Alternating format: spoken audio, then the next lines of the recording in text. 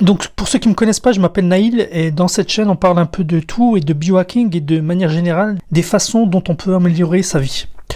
Écoute, aujourd'hui j'aimerais parler avec toi de la mort dans ces temps un peu troubles. C'était une vidéo que je voulais faire il y a longtemps, qui est dans ma liste des 300 vidéos à filmer. Donc je me suis dit du coup il serait peut-être temps de la sortir. Donc la question que j'aimerais te poser c'est: as-tu préparé ta mort? Si demain tu meurs, est-ce que tout est sous contrôle? Ou à la rigueur, une autre façon de s'imaginer ça, si tu meurs et qu'on te disait écoute, tu as 24 heures pour revenir et régler tes problèmes, qu'est-ce que tu ferais? Est-ce que tu as tout réglé? Et donc moi je vais te donner un peu Moi j'aime bien les systèmes et je vais te donner un peu le système que j'ai mis en place. Donc il n'y a pas tout qui est finalisé, hein, je vais pas te mentir, mais il y a une grande partie des choses qui est déjà faite dans le système que je vais te donner. Donc je vais te donner un système qui va permettre de t'organiser et d'organiser ta mort la manière la plus smooth possible, la manière la plus facile possible. Alors dans mon système, tu auras besoin d'une personne de confiance. Donc il faudra que tu aies une ou plusieurs personnes de confiance à qui tu peux donner tous tes mots de passe. Je vais t'expliquer pourquoi après. La deuxième chose que tu auras besoin, c'est un document en ligne avec lequel tu peux partager un lien. Donc moi j'utilise Google Doc. Donc je peux créer des documents en ligne et je peux partager l'accès en lecture aux personnes que je souhaite. Et puis après je peux révoquer l'accès, je peux faire plein de choses. Mais bon, ce qui est important de comprendre, c'est que dans ce document en ligne, je ne vais pas mettre de mot de passe ou de choses comme ça. Je vais mettre juste les instructions.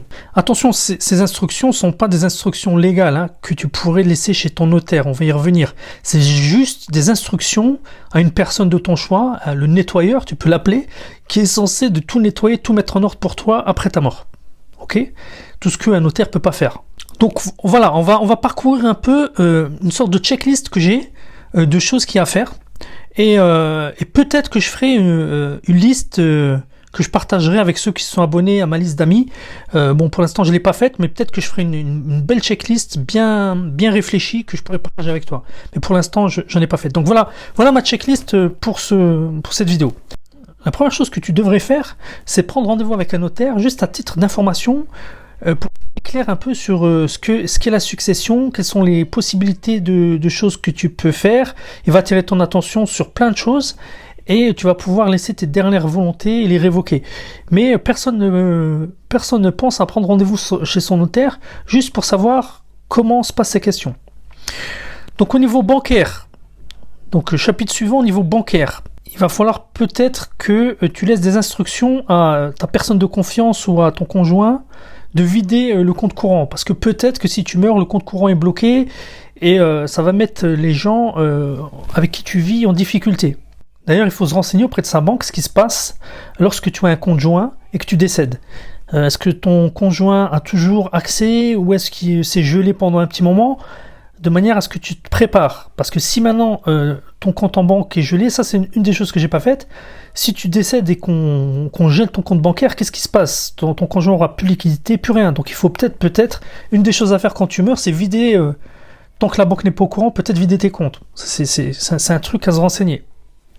Il faut se poser la question si ton conjoint a une carte de crédit ou pas. Sinon il faut lui en donner une.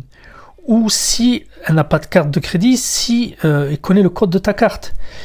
L'autre problème qui peut se poser, tu peux mourir à l'étranger avec ta carte de crédit sur toi et ton conjoint, ta copine, peu importe, n'a pas accès à ta carte.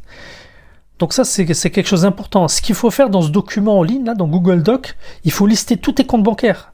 Parce que moi, j'ai plein de comptes bancaires dont les personnes qui vivent avec moi sont pas forcément au courant. Donc ce serait bien dans un document, lister les comptes dormants que j'ai à droite à gauche. Il faut aussi dire, ça c'est à toi de voir si tu veux mettre ça dans le document ou pas, dire si tu as de l'argent caché, oui et où il se trouve. C'est un truc que j'aime bien faire, c'est que tu n'es pas obligé de mettre toute l'information au même endroit. C'est-à-dire que tu donnes une partie de l'information à une personne et l'autre partie de l'information à une personne. Et avec ces deux moitiés d'information, tu sais rien faire, tu vois. Des choses à voir, quoi. Comment tu peux donner la localité de l'argent liquide que tu as caché, ou de l'or, ou des pièces d'or, si tu as des pièces d'or, et que tu l'as dit à personne, il faut quand même le noter quelque part. Sinon, le mieux, c'est de le dire oralement à une personne de confiance. Là, je ne mettrai pas ça dans mon fichier. Ce qu'il faut penser aussi, c'est si tu as de l'argent liquide caché, des pièces d'or, ou à la rigueur une clé Ledger. Alors une clé Ledger, pour ceux qui savent pas, c'est une clé qui permet d'avoir des crypto-monnaies dessus, donc elles sont cold, c'est-à-dire qu'elles sont pas en ligne, et personne ne peut pirater ta crypto-monnaie, mais le problème c'est que si tu perds ta clé, et si tu perds le code d'accès à ta clé, tu perds l'argent qu'il y a dessus. Donc Ledger, donc il faut quand même, si tu as ce type de choses cachées à droite à gauche, que tu puisses faire passer cette information à ton conjoint. Donc soit tu notes ça sur ton document partagé, soit c'est des choses à dire de vive voix, de son vivant, aux personnes qui vivent avec toi. Autre point à régler, c'est ton enterrement. Donc il faut vraiment dire où tu veux qu'on t'enterre. Donc personnellement, moi je veux qu'on m'enterre là où je vais décéder. Donc j'ai pas envie qu'on me rapatrie quoi que ce soit. Si je meurs dans un voyage, je sais pas où, je veux qu'on m'enterre directement là où je suis. Ça sert à rien d'embêter les gens avec ma dépouille à la transporter à droite à gauche ou à la rapatrier à droite à gauche. C'est important de le noter quelque part. Il faut également donner des consignes sur les moyens de disposer de ton corps. C'est-à-dire, est-ce que tu veux qu'on t'incinère ou est-ce que tu veux qu'on t'enterre ? Et selon quelles conditions ? Voilà, parce que moi personnellement, je pense qu'on va m'enterrer, mais peut-être que je pourrais changer d'avis et décider qu'on m'incinère. Donc dans mon document, pour l'instant, je sais pas trop ça. Dans mon document, pour l'instant, c'est l'inhumation. Mais peut-être qu'un jour, je vais peut-être changer ça. J'y ai déjà réfléchi. Où je vais décider si je meurs avant ma mère, qu'on m'enterre. Et si je meurs après ma mère, dans ce cas-là, je changerai la disposition et peut-être qu'on va m'incinérer. Parce que ma mère, elle est assez religieuse, elle comprendrait pas qu'on m'incinère et ça lui ferait trop de mal. Donc ça sert à rien que je lui fasse du mal gratuitement. On pourra m'enterrer. Don d'organes, c'est important que tu mettes dans un document. Dans ce document, après il y a d'autres façons de le faire. Hein. Tu peux te signaler. Je crois que maintenant c'est un opt-out. Si tu t'es pas signalé, ça veut dire que tu es donneur d'organes. Mais bref, c'est quand même bien pour éviter tous les problèmes d'écrire ça dans un document. Donc dans mon document Google Doc, j'écris que j'autorise le don de tous mes organes si je tombais dans le coma ou j'étais mort et qu'il y avait des organes à prendre. Il faut aussi laisser des consignes contre l'acharnement thérapeutique. Donc moi personnellement, j'ai décidé qu'on arrête tous les soins si j'ai une maladie incurable, si je perds la conscience, que je peux plus communiquer ou quoi que ce soit, ou je me trouve gravement handicapé, sans possibilité de communiquer, et que mes jours sont en danger, il n'y a pas d'issue. Je veux pas que on s'acharne thérapeutiquement sur moi. D'autre part, j'ai aussi dit qu'il faut veiller à ce que je ne souffre pas en cas où j'ai pas de conscience, qu'on essaie de voir si j'ai de la souffrance et qu'on m'administre des médicaments antidouleurs. Et il faut aussi noter si tu autorises l'euthanasie si la situation est irrémédiable. Hein. Étant donné que les lois changent tout le temps, il vaut mieux noter directement quelque part si toi tu es pour ou contre l'euthanasie, c'est-à-dire qu'on mette fin activement à tes jours. Autre chose, assurance vie. Donc si tu as des assurances vie, il faut mettre tous ces papiers dans un endroit clair, tu vois. Donc moi j'ai une chemise où c'est écrit assurance vie et j'ai tous les papiers concernant ces assurances vie dans cette chemise. Donc il faut bien noter ça dans ton document. Où sont tes assurances vie, les lister et voir dans quelle agence il faut se rendre pour activer ces assurances vie éventuellement. Les assurances décès, donc ça c'est les assurances qui sont ajoutées à des crédits immobiliers ou autres. Donc c'est bien important de lister tous ces crédits et de lister toutes les assurances décès qu'on a concernant ces crédits. Autre chose qui est très très importante, donc ce que je t'ai dit jusqu'à présent, c'est des choses pas qui sont banales, mais auxquelles on peut penser. Mais après, il y a d'autres choses où on pense moins, c'est toute notre vie numérique. Et là, je vais te donner 2-3 conseils concernant la vie numérique, qu'est-ce que tu devrais faire. Donc moi, j'ai un NAS à la maison. Donc un NAS, si tu veux, c'est des disques durs en réseau. Et pour accéder à ce NAS, il y a un mot de passe, tu vois. Et dedans, j'ai toute ma vie. C'est-à-dire, j'ai toutes mes photos. Ce qui est le plus important, c'est les photos et les documents. Et en plus, sur ce NAS, j'ai configuré une application Dropbox qui va aussi synchroniser ces informations sur mon compte Dropbox. Donc si tu veux, j'ai un double backup, un backup physique sur des disques durs à la maison, mais qui se synchronise aussi avec le cloud, c'est-à-dire Dropbox. Donc si quelqu'un pénètre dans ma maison ou s'il y a un incendie et que ce NAS est hors d'usage, je ne perdrai pas mes documents parce qu'ils sont synchronisés dans Dropbox, hein. En tout cas les documents importants. Je synchronise pas dans Dropbox les films et les choses comme ça. Je synchronise que les photos et les choses qui ont de la valeur affective pour moi. Mais bref, si tu décèdes demain et que on n'accède plus à ton NAS, plus à ton compte Dropbox, plus à ton ordinateur, c'est problématique. Et là donc je te conseille avec un ami de partager vos mots de passe dans un KeePass, donc dans un logiciel de sauvegarde de mots de passe. Mais donc là, il faut vraiment quelqu'un qui t'a une entière confiance, ou un ami ou un conjoint, et qui va aller là seulement si tu décèdes. Et là, il faudra lister tous tes comptes et tous tes mots de passe. Donc les comptes iCloud pour Apple, ton KeePass, ta Dropbox, ton Evernote, enfin tous tes outils où il y a de la sauvegarde, et surtout s'il y a des photos et des choses importantes. Autre chose, il faut éventuellement lister tous les abonnements que tu as pour que la personne qui te survit puisse les résilier de manière facile, que ce soit des abonnements Kindle, des salles de sport, que ce soit des applications comme Adobe. Donc il y a de plus en plus maintenant d'abonnements pour tout, donc on achète de moins en moins un logiciel et puis on peut l'utiliser pendant plusieurs années. En général, maintenant, c'est des abonnements.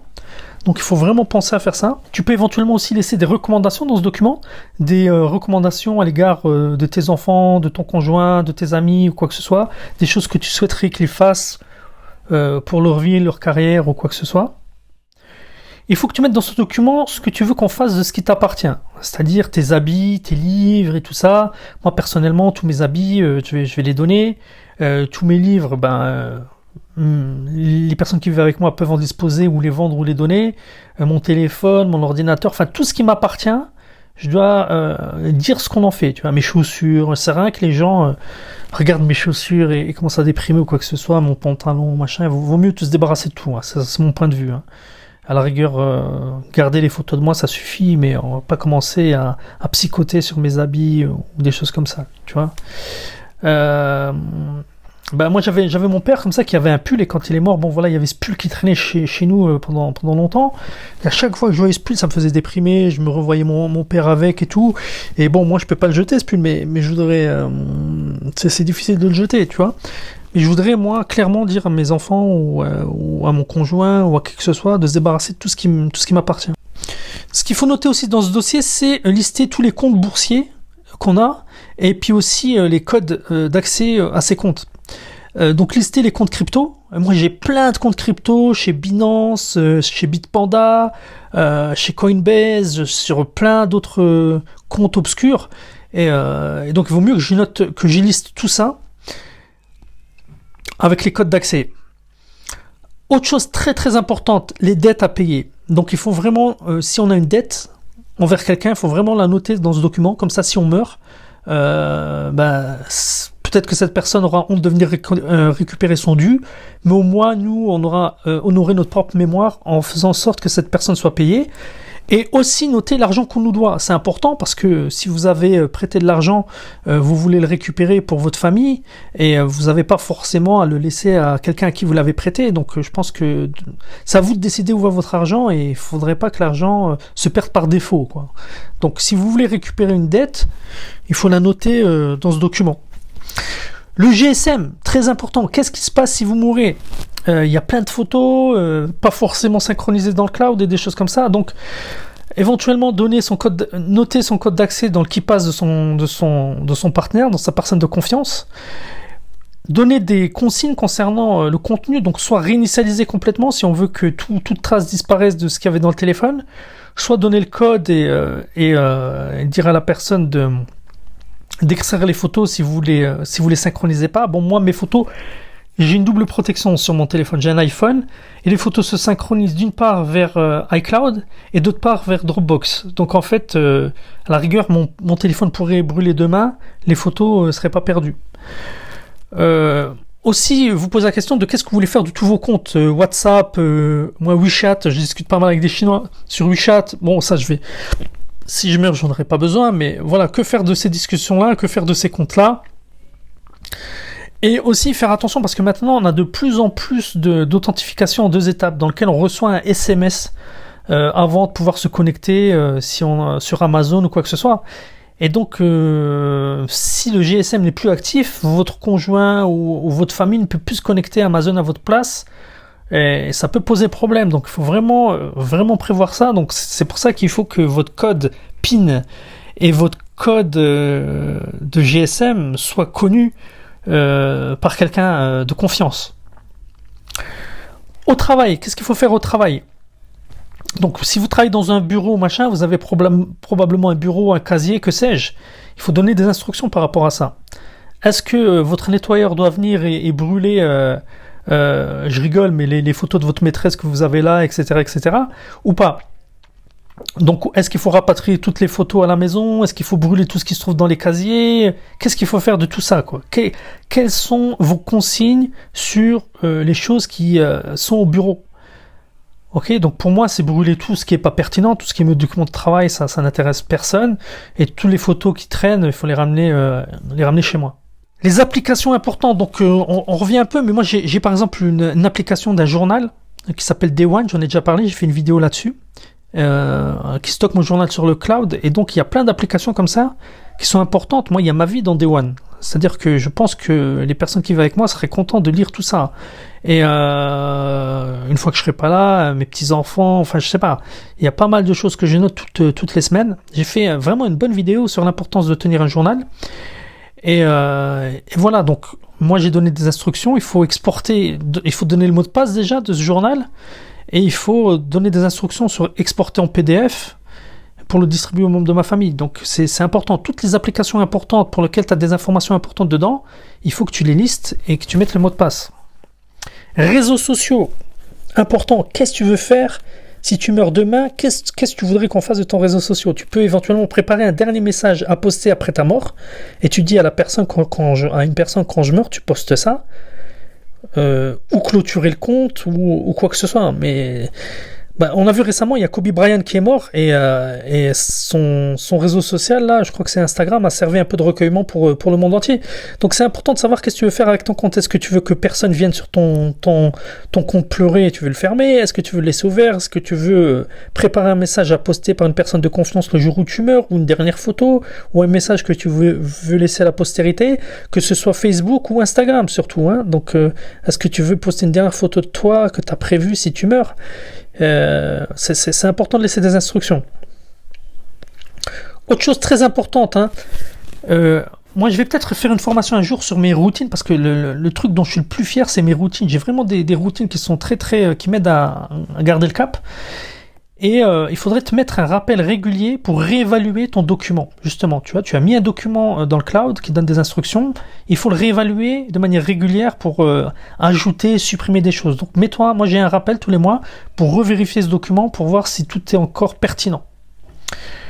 YouTube, si tu as une chaîne YouTube, c'est important de savoir qu'est-ce que tu veux faire. Est-ce que tu pourrais même utiliser YouTube pour faire des vidéos non référencées auquel tu donnerais le lien après ta mort. Donc des vidéos où tu vas donner un message, où tu vas parler à tes amis, à tes proches, etc. Ça, c'est une chose que tu peux faire.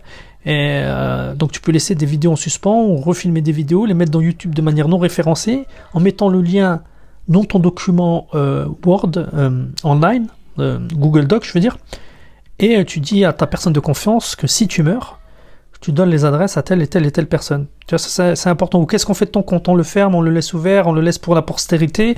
Voilà, il faut savoir ce qu'on fait. Boîte email, très important. Personne ne va pouvoir accéder à ta boîte email. Qu'est-ce qu'il faut faire? Il faut que tu donnes ton compte, ton compte et tes mots de passe à quelqu'un. Donc il met lui-même de manière sécurisée dans un KeePass. Donc qu'est-ce qu'il faut faire une fois que tu meurs? Est-ce qu'il doit faire un auto-reply? Est-ce qu'il doit fermer ton compte? Est-ce qu'il doit exporter les mails pour ta famille? Est-ce qu'il doit supprimer les mails? Très important. Laisse un peu des consignes par rapport à ça. Si tu as une société, moi j'ai une société, que faire? Si tu as des dettes en attente, accès compta, fournisseurs, tout ça, il faut que tu laisses des volontés par rapport à tous tes business courants. Donc voilà, il y a encore plein de choses à faire, hein. Je voulais juste attirer ton attention sur le fait que personne ne se prépare jamais à la mort. Et voilà, pour moi, la mort, c'est pas quelque chose qui me fait peur, hein. Je veux dire, moi, je suis assez épicurien dans le sens-là. J'ai fait une vidéo là-dessus, hein. Donc la mort ne m'effraie pas, hein.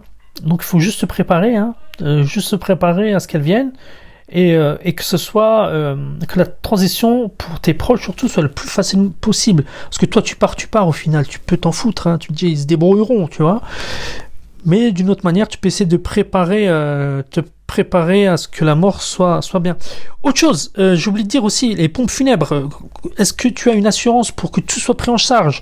Si ta famille n'a pas beaucoup les moyens ou si tu sais pas comment ça va se passer, tu peux te rendre à une pompe funèbre pour te demander voir s'il y a des assurances. Tu vois, si tu décèdes, qui c'est qui prend en charge tous ces frais pour que tes proches n'aient pas à se soucier de ça quand tu meurs. Donc voilà, c'était pas exhaustif, hein, c'était les 2-3 idées que j'avais à partager avec toi. Donc si tu aimes cette vidéo, n'hésite pas à la partager parce que je pense que c'est une vidéo qu'on peut partager parce qu'il y a plein de gens qui pensent pas à ça.